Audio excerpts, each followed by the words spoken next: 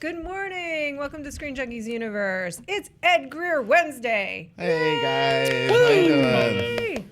Wednesday.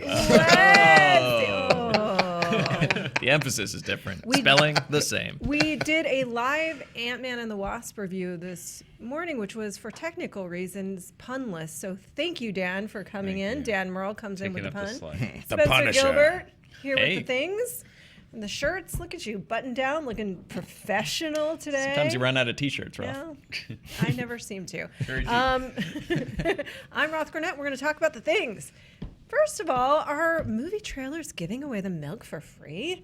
Facebook has introduced the spoiler police, Top Gun 2 updates, and the weirdest but realist reasons that we're late. And that's, in my opinion, the best story we'll do today, but you'll have to wait for it. So hold on to your seats because it's going to be a bumpy whatever.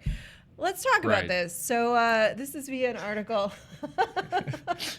Bumpy ride. That's what it should be. What's the milk? Well, we can skip that. We can skip the milk if you want to actually Wait a talk about the minute. news. The Milkosaurus was in the. I think this is an important asterisk for all of us. Have you never heard the term giving away the milk for free? They're not going to buy the cow if you're giving away the milk for free. I was going to say, that sounds like part 2 of a joke. And there you go. Okay, great. Now I know.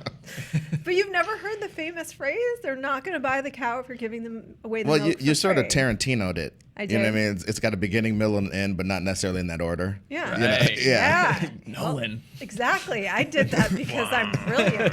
That's why I did that. It's anytime I'm confusing, it's my genius at work, you'll find. So this is via Slash Film. There are spoilers for Jurassic World 2 in this story. Warning, warning, warning. In the trailer as well. And in the trailer, which is what the story is about. So, as we know, the scene, including the Mosasaurus attacking the surfers, and Jeff Goldblum's closing speech, are shown in the trailer. That happens, again, spoilers, at the very end of the movie. So producer Colin Trevorrow told IO9 that was very frustrating for him. He said, that's a relationship with marketing, and there are a lot of different needs. I try to be very lucid and rational about it, but to speak frankly, there's a very, very, very small percentage of people who actually watch all the trailers. The rest of the world may only see one.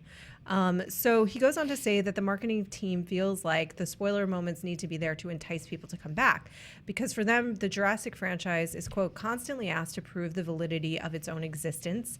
And with every movie that we make, it stops us from being able to rest on our laurels or just assuming that the audience is going to show up. The downside is it feels like marketing is constantly feeling the need to make the case.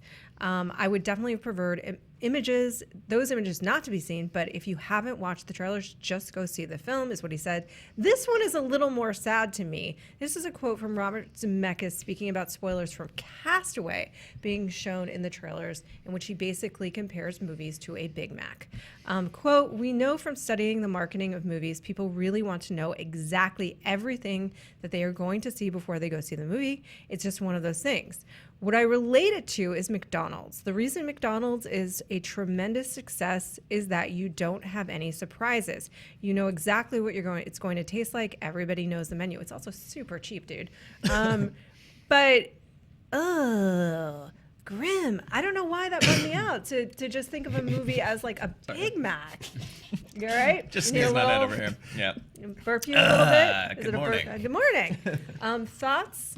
That's Robert Zemeckis has made some great movies, but that's pretty dumb Is that sad? thing to say. No, I mean, I don't think it's him. I don't think it's him thinking that way. He's relaying with the marketing of He's saying, I think reveals. audiences are stupid. Yes. And that they don't like to be surprised. That is which exactly- disappointing to hear from. Well, he's saying he studied the marketing of movies and all right, so they probably did a study and found that people are more likely to see it. Well, if there they've seen are all... people that say that they like spoilers. There are people that say, like, I don't mind spoilers. I want to know. Like, that's a segment of the audience. But I think to broadly paint the entire audience of just, like, saying, I love when I see a trailer for a movie and I'm like, what the hell is this? Like, I don't know. I guess I'm in the minority. Yeah, but there's a couple things that I was thinking here is, one, you can't spoil a Jurassic movie. The dinosaurs get out. Do they? they're gonna eat some innocent people both inside a theme park or perhaps outside a theme park in certain installments. Seeing that shot is not a spoiler. I maintain that isn't. It's not a twist. It's not really plot important. Like, really, you're upset that you saw the dinosaur get out. Is that what you're really saying here? I think that for me, watching the movie, I think when you put something in a trailer, there's an implicit promise that this is a taste, a preview. It's really what it is of what is to come. Exactly. So I think that the implicit agreement there with trailers is we're going to show you a little snippet here, and when you go to the movie, you're going to get to see the whole thing. I mean, that's the whole point behind it. So I think when you show a shot like that in the trailer, and that's the only thing in the movie, when you have Jeff Goldblum saying, "Welcome to Jurassic World," and that's the last line in the movie, I do feel like that's a bit of a cheat because that's not an enticement. That's not a preview of something more that you're going to get. You're just literally showing people something that's in the film, and that's it. It's a misdirect, is what it is. They paid and got nothing more. Yeah, because how can something be a misdirect and a spoiler at the same time? It's a misdirect in the sense that is in the movie. It's at the very end of the movie, and the truth of this movie is that it's Jurassic House. It is not Jurassic World. It's not Jurassic Park. It's Jurassic Mansion. You know, like it's really claustrophobic. It is not expansive at all. And what that shot says is that you're going to get to see the world of dinosaurs. But really, this movie is setting up the next movie that will be like, no, Jurassic World, seriously this time. You know? Yeah. Well, I mean, to that point though, what you just said is what you and Dan were just talking about is very. It's very interesting because to me, it's almost like this is like Terminator. It's like this isn't a spoiler unless you've either seen the movie or you've gone back and you know what I mean. It's like you create Kyle Reese as your dad by telling everybody that that's the last. You know what I mean? That's the last thing in the movie. You create it as a spoiler for the next generation, as it were, of people who are going to see the people like myself who are going to see it next weekend or something of that nature. Now I know that that's the last line, and I know this whole thing is a giant prequel, basically. And the other thing, I do agree with Dan that trailers used to be flashes of super sick stuff where you're just like, was that a guy jumping out of a dinosaur's mouth into a shark's mouth? I don't know. It was crazy. That is what used to make me go see trailers. Let's get you on the writing team. Or the trailer for Empire Strikes Back, where it's just still images. It's like, Luke's back. There's Han. Oh, Chewie. Here's two. They used to be so dumb and so straightforward, but they didn't spoil anything. Well, I was also listening to a podcast that said something about it was more about NBA news because it was Lakers Legacy podcast. I love those guys. Anyway, they were saying that it used to be breadcrumbs. Now it's baguettes. And that's what that shot. It could have been a really quick flash, but that shot is this thing motoring past the surface to where you know that this thing's. You know, it could have been a flash, but it's a dolly shot basically. And I think it's multiple things. Are they spoiling? Are they putting everything good in the movie so that you leave the movie going, everything good was already in the trailers? Which Talon made a tweet about this the other day. That means it's a bad movie, by the way. If only 2 minutes of it were good, it was not a good movie. But secondarily, a lot of times these things are just presenting an enticing image that the movie doesn't deliver. Well, part of it too, we've almost come full circle because if you go back and look at like the trailers for the classic, like I'm talking 40s, 50s, 60s, like those trailers used to be, they would narrate the entire plot. They'd be 4 minutes long, and you would see every scene from the movie. You'd up to the end. You'd see the last scene in the movie, and it's like this Casablanca, where the women are women, the men are men. You know, like whatever. And like war is war. Show like Humphrey Bogart and Nazis are Nazis. Casablanca. They'd show Humphrey Bogart and Ingrid Bergman, you know, at the end with the play. Like they would show all of that. It's a war movie, not a romance. Anyway, go ahead. Yes. It's marketing. The wrong way. Marketing. I completely lost my train of thought. Sorry. Okay. This is my second video already today. But no, as the artistry grew, I think, as we got into the 70s and 80s where, you know, Blockbuster and we just started to kind of merge, like trailers got trickier and like, you know, then you see trailers for movies like The Exorcist and trailers for movies, you know, like that where it's like just a one shot and people are like, oh wow, like this is really like trailers started to get more kind of tricky and artsy, and now we're sort of coming back around to the point where trailers are just like, we're gonna show you everything. Come on, get into the theaters, kid. You know, it's weird. Like I also love the idea that we would live in a world now where Casablanca would be the heavily marketed movie. You know, like enjoy a classic bit of storytelling with two. It's so sad.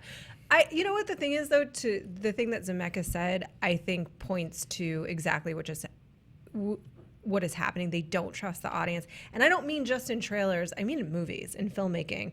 If the presumption is I can't trust the audience to understand what is happening once they get into their seat, unless I've already told them before they get there, it's just you clearly don't trust your audience to follow basic story structure.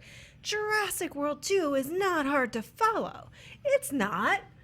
It's dinosaurs running around in a house and they're eating stuff and people. Well, here's the problem to me is the like separation of church and state between like the movie and the marketing, because I think there's this catch-22 where the director complains about how the movie's marketed, but they either don't have time or don't care, or they're not allowed, or they're not they don't allowed. have the They're not. authority. They actually don't. Now, marketing, why is that, Rob? Because marketing has a ton. It depends on the movie actually, and it depends on the director. Because I'm sure there are some directors that do have far more to say in that department, but almost none of them have final say, because marketing has so much, particularly in big studio films, they have so much power.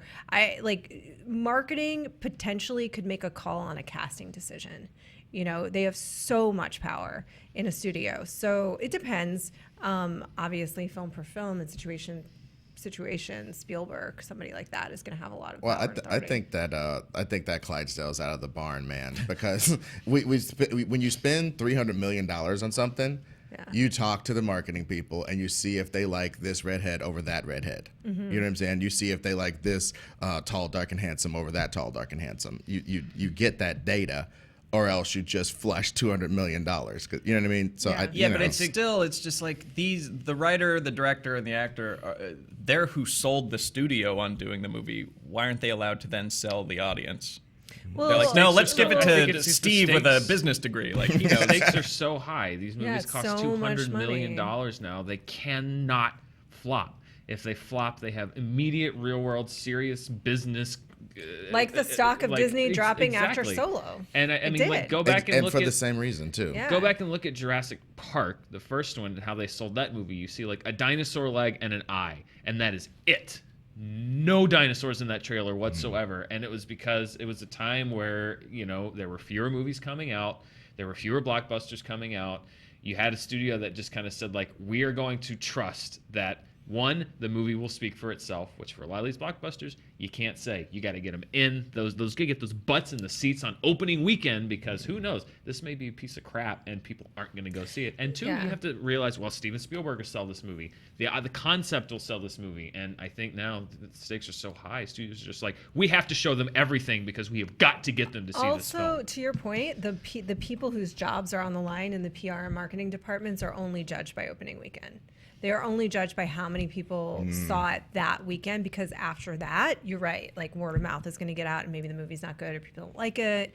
But they're judged on that moment in time. And there is just, because movies are packaged. It's not like J.A. Bayona was like, you know what I'd like to do? A whimsical tale of dinosaurs. Maybe I'll do that. What do you think, studio? Here's $200 million. Go for it, J.A. We liked that monster call. That's not what happened. They're packaged together. Lots of times they're packaged through agencies that rep multiple people that are involved. They're trying to get all of their talent. They're trying to get their director, their actors in. CA wants to put that package together. Well, I would also. I don't mean to interrupt, but I would also argue that McDonald's. that's kind of the art of it. Sorry, McDonald's. No, but I'm sorry, but that's It's a kind of Happy the art Meal. of it. Yeah, but that to me, personally, I'm on the side that the fact that any of this is art at all under those circumstances is frankly amazing.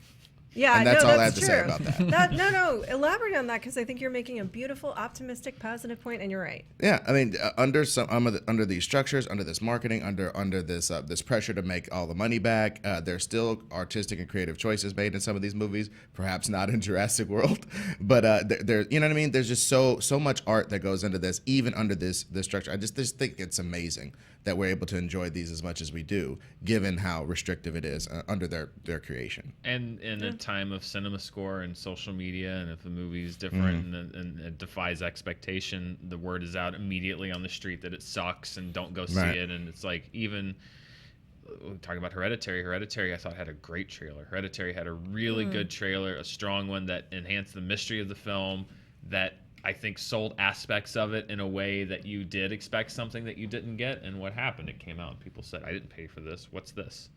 This is crap. I don't want, like, I it's a waste of my time. It's a waste of my money. So it's like, you know, it's almost like you're damned if you do, you're damned if you don't. If you put out a trailer that's kind of mysterious and it turns out to be that mystery isn't what people expected up here, then you're screwed. And if you give away too much, then people complain that you gave away too much. It's like, you know, what are you going to do? It's a Kobayashi Maru. Really. Speaking of which, Star Trek 3 coming out now. I guess we should just do like blind ticket buying. Like, all marketing's outlawed. We go to the theater and we drop like a ping pong ball and it sees which cup it lands in. We see that movie. You know what?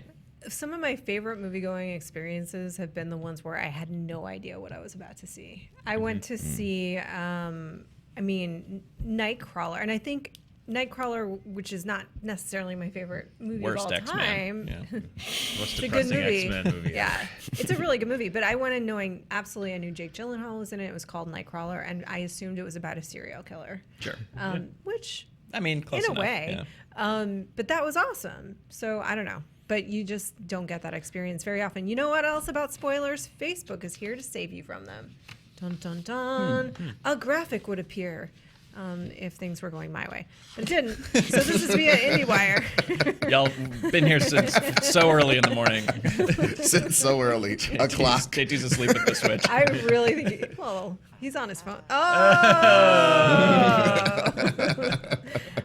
So Facebook is introducing keyword snooze, which is here to help you from being spoiled. Essentially, it started rolling out to some users, and you can block stories from your newsfeed containing any keywords that you want to ignore. So Game of Thrones, if you don't want to know anything about that, or Avengers.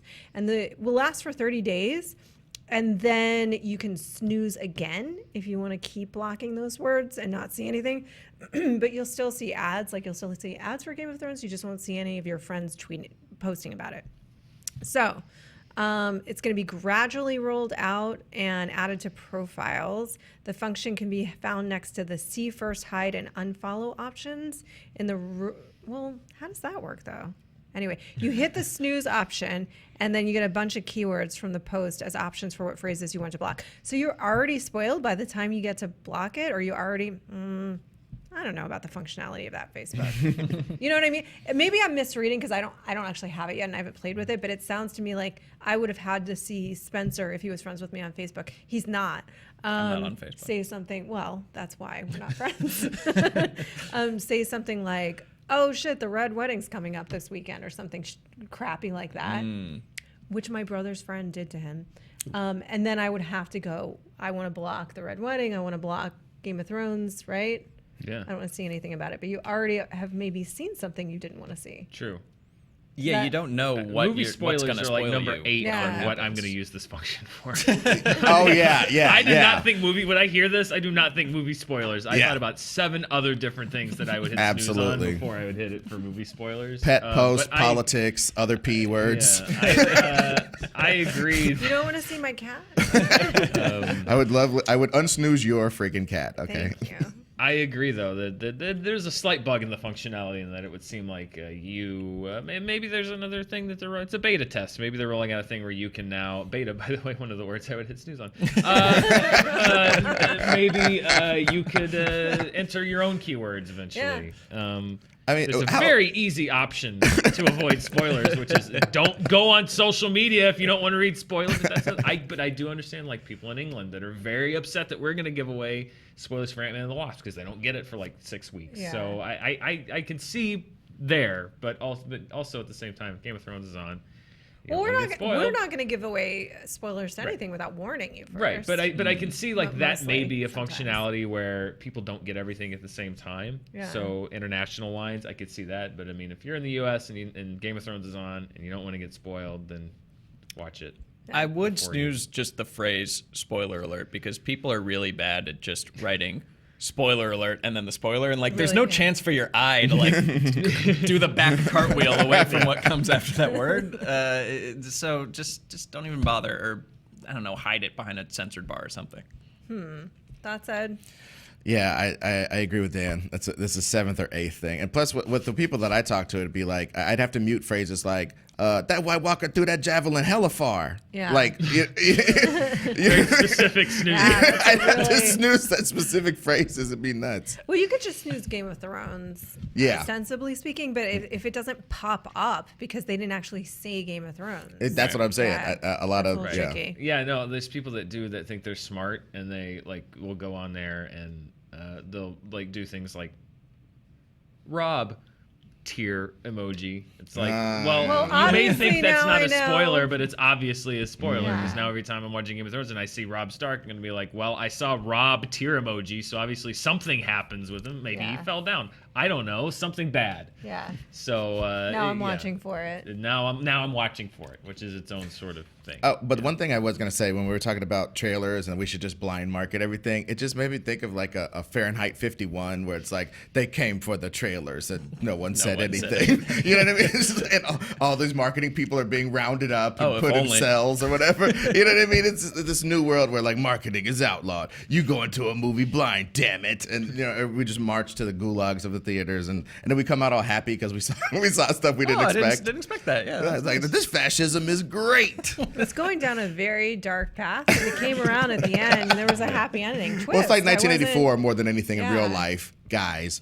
You know what I mean? I just feel like that's pretty funny. Like if we were to outlaw trailers, how far would we go? Honestly, though, there is an oversensitivity to spoilers too, because writing reviews of episodes for things like Game of Thrones or Walking Dead or whatever, and it's like something sad happened tonight, and people freak out, and it's like every time you can guarantee that's not Something a sad will spoiler. always I don't Yeah. read the episode descriptions on any service or any they always go like an episode of Atlanta.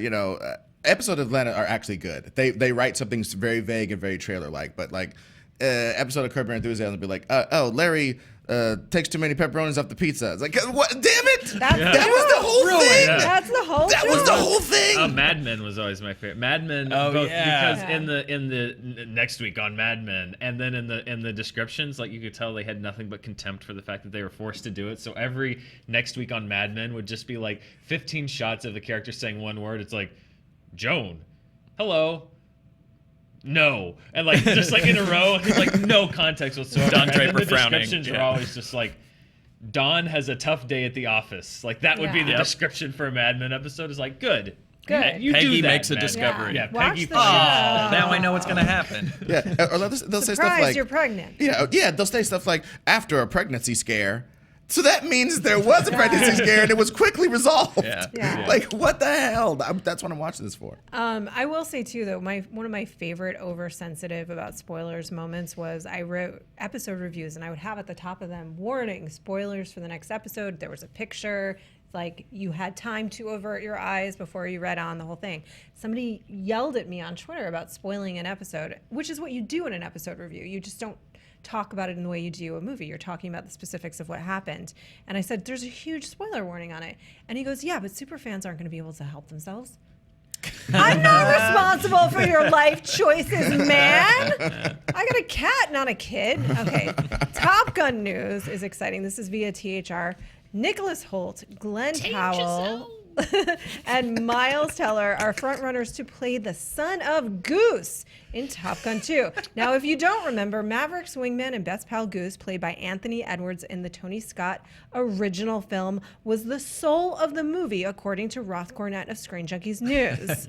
I know you guys do not feel good about the idea of, because we talked about it a little ahead of time, son of Goose. I feel really good about it if it's Glenn Powell. If you guys don't know Glenn Powell, I feel not so good about it if it's Miles Teller or Nicholas Hoult. No offensive, but you guys bore me. Glenn Powell is amazing. He is so funny, and if you don't know his work yet, which you probably don't because he's now best known for Set It Up, which is the Netflix rom-com that y'all never watched. But what I know him from is a series called Scream Queens, which was from Ryan Murphy, the first half of which was hilarious and amazing if you like campy horror movies, second half of which falls off the rails like he does. But Glenn Powell's maybe the best part of that show. He's freaking really talented, very funny guy, very talented, and he looks like Goose. Let's see him again. Yeah, the casting's not the issue here. He looks like Let's a see him very again. handsome, See him charming again. man. See him again. Throw him back up. Show him again. No, him JT's again. For dead. the love of God, please just show the picture. Look at that. That's Goose. Yeah, he's got a nice, It's like nice duck, goose, face. duck, right? Nicely done. That was pretty good. Yeah. That was pretty damn good. I think. I like the other two. Before you yell at me, I just like Glenn Powell more. Yeah, he's the only one that looks even semi-related. Yeah. But it's just like the next Top Gun: The Next Goose. Generation. I thought it was still going to be Maverick against like drones and Kelly. Well, can you show coming back. can you show the shot of the training class with like Goose and everybody, please? Can we bring that up, JT? He doesn't no, have. he doesn't. He You doesn't didn't have have it. it? Yeah, he Oh. can only bring He up did what he show already it has. earlier, but He showed it Oh, he earlier. did show it earlier. There it Oh, is. sorry. Okay. So we got Goose's son. What about this greasy-haired dude in the back son? What about Sundown Sundown. son, Black Power? Well, like, what about the guy? You know what I mean? Where are we gonna stop this? Sundown son, Nightshade is Yeah. gonna be the pal of Nightshade. Oh, man. Goose's son. Like, where's it gonna stop? Can I ask an important I question? do hope they do with the Top Gun naming ceremony. And How you do shall be. the mystery of how they got their It's a names? sorting hat. Oh, It's a sorting helmet. Yeah, it's got the big Yeah. air apparatus on it. My main thing is just like it's starting to stack up. It's like, hey, Tom Cruise doing back to the Top Gun. It's like, okay, yeah, the military's changed a lot in the last 30 years. Like, basically, that was a cool, interesting parallels. Okay, that's cool. And then they're like, Val Kilmer's coming back. He's gonna play Iceman. It's like, all right, yeah, Iceman. I love Val Kilmer. He's a great actor. He's who knows what they're doing now. 30 years. It's like, and it's gonna be the son of Goose. It's like. Okay, so this is we're just gonna trot out every person. But from the first movie now. what are the odds that Goose's son has a problem with Maverick and blames him for his dad's death? What are Very the high. odds? Now, what are the odds that he starts playing old time rock and roll on a piano and then he goes remix? Like hits a switch and it's like the Pitbull remix of Bob Seger. 100%. As I'm sure they're going to point out, Dale. I'm going to do it before the commenters do. He was playing Great Balls of Fire on the piano. All-time rock and roll is risky business. Risky biz. I get my Tom Cruise mixed up. But yes, Thank you, Dan. You I commented I me. just wanted to do it before. It's we better should when all it comes from a comment friend. each other. Yes. We should all always comment each other. It's the Riff Police. I just worry that now we're You've been becoming, pulled over by the Nobody Riff hides Police. from the Riff Police. We're verging into Independence Day resurgence territory at this point, where it's just like Yeah. we're bringing back every person from the first movie, and if that person won't come back or is dead, then we're bringing back the kids. It's like, okay, Yeah. It worked for let's Creed. Not it did. You're right. It has happened before. It has worked before, but at the same time, it has also not worked before. So I just hope that they don't just rely on the nostalgia of bringing back, and like Creed, they actually write an engaging story. Exactly. And something interesting for them to do For instead of just be there. For every Independence Day resurgence, there is a Creed. I wish that's how the math worked. It's not. Not one-to-one. It's not one to one. But exactly on paper, Creed sounds dumb. It does, and it's Yeah. awesome. Yeah. It's amazing. So Well, but these things are very, very, very execution dependent. Yeah. And even though they are franchises, as it were, and a tremendous amount of art, as we were talking about earlier, has to go into them to actually make them work. Hey, I challenge us to something. This came up when I was talking to someone yesterday about Tom Cruise. And versus, we're like, who's the Tom Cruise of today that's just like a movie star who does the thing, who shakes, he notoriously shakes everybody's hand and introduces himself and like does the work of being a movie star. And the closest analog is The Rock. But The Rock is slowly not, because Cruise is a producer on all of his movies too. And The Rock is slowly, I think, starting to cherry pick. He used to go hard on every movie that he was in, starting to cherry pick the ones that he thinks are actually good and do less on the ones that he is less confident in. Tom Cruise has never been in like a really bad movie. He has been in movies you may like more or less than others, but he has truly never delivered like a dud ever. I challenge you to name that movie, and maybe you can. Who, Tom Cruise? Tom Cruise. Like creatively or financially? Creatively. Because Creatively. even the ones that weren't a huge success, like say Edge of Tomorrow, that Great was movie. still a really good movie. Or there's one that people don't like a lot that I do, Night and Day. It's still not a full-on dog of a movie. Rock of Ages? You know? Jack Jack Reacher. Reacher You know 2. what? Rock of Ages and Jack Reacher are the closest He is ones. very They're the rarely closest delivered. ones. Dads love Jack Reacher. They do. Oh, That is a dude, they dad do. movie. That is a good dad Well, movie. yeah. But it's not a full-on dud. It's a solid dad movie. He's never delivered like a Hercules. He's never delivered like a what I think Skyscraper is going to be.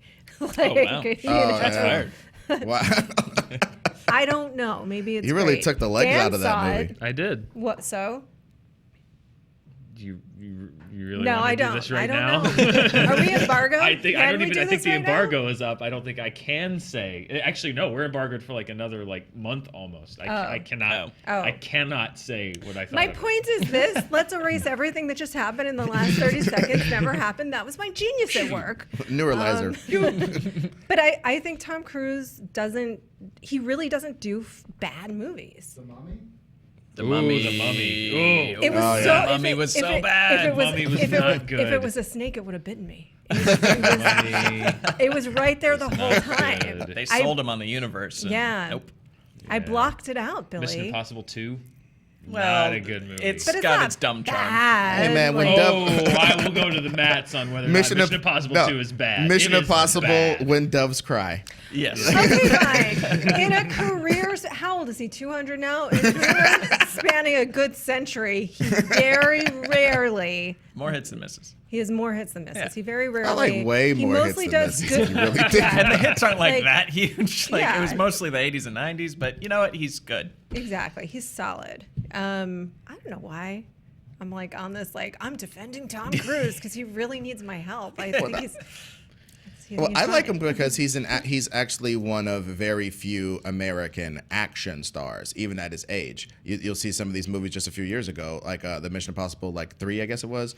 He was like running for like a 4-minute unbroken shot, basically, and he had to do that multiple times. And he's old man strong now. And the Jack Reacher series is kind of like He's you're ageless. Well, He's- it's almost He's doing those teenage blood Yeah. transfusions. Oh, or dude. Yeah, he's got whatever stem that cells is. out the wazoo, Yeah. getting pumped into him all day. I think he is the human genome at this point. Well, it's like you're either I think Jack Reacher suffers from the fact that it's like how you're a Beatles person or you're an Elvis person supposedly. I'll float an idiotic theory. I think you're a Jack Reacher person or an Equalizer person. You're like one of those people. It's an old man using stuff around to beat your ass. What if And- you're a Taken man? Yeah. Oh, I'm I kind think of a Taken. yeah. Well, yeah. I think you guys are I'm taken. You know what? Wicken. I'm a, Oh yeah, I think I'm a John Wiccan. Wiccan too. I'm a man on fire. What does that mean? Oh wow, you're like a root beer person or RC Cola Yeah, you person. know what I mean? Like, I'm You're a just hipster. I'm defying all the Mr. things. Pibb. Yeah. She's a Mr. Pip fan. It's great. Have you guys seen Man on Fire? He puts a Best bomb of- in somebody's butt. It's best Spoiler. of all the dads doing murder movies. That's the one. I think we've reached a lot of really good conclusions today. Like we love The Rock, and I want to see Glenn Powell as Goose too. You know what? Last week, Spencer was late for a very weird reason. So Billy read the email out loud, and we're going to do a follow-up today. But I got to say this. These are the reasons we're late in LA, only on LA. And Max beat Spencer today by a country mile. But how did you lock yourself in the house? So I was having some new keys put in and getting my lock looked at 'cause it was like kind of stuck and jammed. And you'd think that'd be like a 30-minute process, like no big deal. And I look over after about 30 minutes, check in on the guy, and the doorknob is on the floor, and there's like a thing wedged in there, and I'm like, that seems like a lot of work for new keys. Like, how you doing? Okay, we'll go back to like do my thing, get ready for work, and I just hear him like struggling and grunting, and I guess the story's not that good because I don't know what's actually happening, but he says, we're stuck in here. And I go, what? And he's like, I've locked us in. I can take the whole door apart, but yeah. And I'm like, okay, step back. Let's think through this. I live in an apartment building. We crawled out our fire escape together and went around. And basically that's why it took about a half hour longer than it needed to, because he locked himself in, didn't end up fixing the lock, left, and I have a new guy coming this Friday. Oh, updates. So Max this morning sent Billy a message saying that he was going to be late with a link to a story, and here it is. Max was stuck on the freeway this morning because a shirtless man calling himself DeFree, wearing boxer shorts, shut down the southbound 110 freeway. This is via the LA Times. In downtown Los Angeles, it was shut down for 2 hours that after him? yes. Oh my God. No, it's going to be okay. It's going to be okay. It's going to be okay. Everybody, it's okay. I'm going to tell you ahead of time. I'm going to ruin the end of the movie and tell you he's fine. And everything's going to be okay. Otherwise, we would not be doing this. But basically, he scaled the exit sign, unfurled political banners, and began vaping, dancing, and shouting from a bullhorn. Just having a normal day. The spectacle created a massive traffic jam. And here's what he had to say. He said he loved God and asked that we fight pollution and not each other. Held a sign saying, give a hoot, don't pollute. So it was a callback moment good one. as well.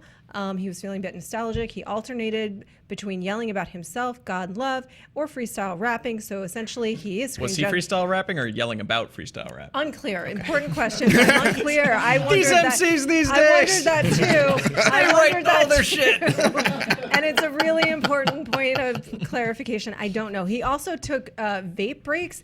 I feel like he was ScreenJunkies personified on this sign in all of these ways. And then he did a backflip off the sign and onto that mattress. Let's take a look. Yes. Oh, This is how yeah. he ended It's that hotness. No one will have a better reason for being late to work than Maxian did this morning. Is this Max's video? No. This is Twitter. That's on Twitter. Okay. Yeah. Did I see Martin Riggs up there? Yeah. Yeah. Go ahead. Let's do it. You want to get nuts? Commenters, I know that was Yeah. Batman. So I just wanted to button our day on that because why wouldn't I want to share that with you? It's got nothing to do with the movies, but everything to do with our love for weirdness. So keep reading LAist. Next time we want to be late, we'll just forward the story. And be like, Yeah. yeah, this crazy thing happened. Here I am. Didn't it get shut down? All the ists. Yeah.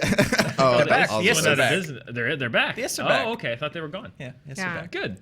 So I'm going to comment myself and say that my unexpected Tom Cruise defense rant has nothing to say other than I'm excited to see Glenn Powell as Goose in Top Gun 2. Honest Trailer commentaries are available for you to watch. We have movie fights tomorrow with Jordan Morris, Mike Carlson, and Sasha Pearl Raver. That's a lineup. What a Yeah. What a lineup. Anything else you guys want people to I watch? hope they've all seen the movies that they're arguing for. Ooh. That have been unpopular. Oh, segment. You're a stickler for knowing what you're talking about? Oh, that's nuts. That's nuts. What a Philistine. We need a win, Ed. The Yeah. show needs a win. So What do you mean? well. Show wins every day. yeah, Every time should be it's fun on. though. That's a great panel. It's a good show. That's a good panel. It's a fun Oh, panel. don't we have our number one contender match coming up a little later? With Don't we, Billy? Couple weeks. Couple weeks. Ed, Yeah. you mean Coy, right? Yep. In a couple weeks. That'd and be then fun. somebody fights Cucumber. And then somebody fights Cucumber Oh, for the belt. jeez. Right? Yeah. Our Yeah. felted friend, Cucumber. been And a the long- loser does a backflip. off make of him into the Yeah. tzatziki. Freeway sign. I'm we're gonna make him ending into there. That's it. tzatziki sauce. That's it. That's where we end. There you go. Thank you, JT. Backflip into the weekend, I guys. love how like That cop was just the impressed. cop was like, He's like, I mean, yeah. you just got to hand it to the guy. He committed. That's Do you the think thi- they all went next? I- Like, as long as we yeah. have it inflated. Might as well. That's the thing about insane people. They are committed. Tip the waitress, folks. Have a good one. See you tomorrow.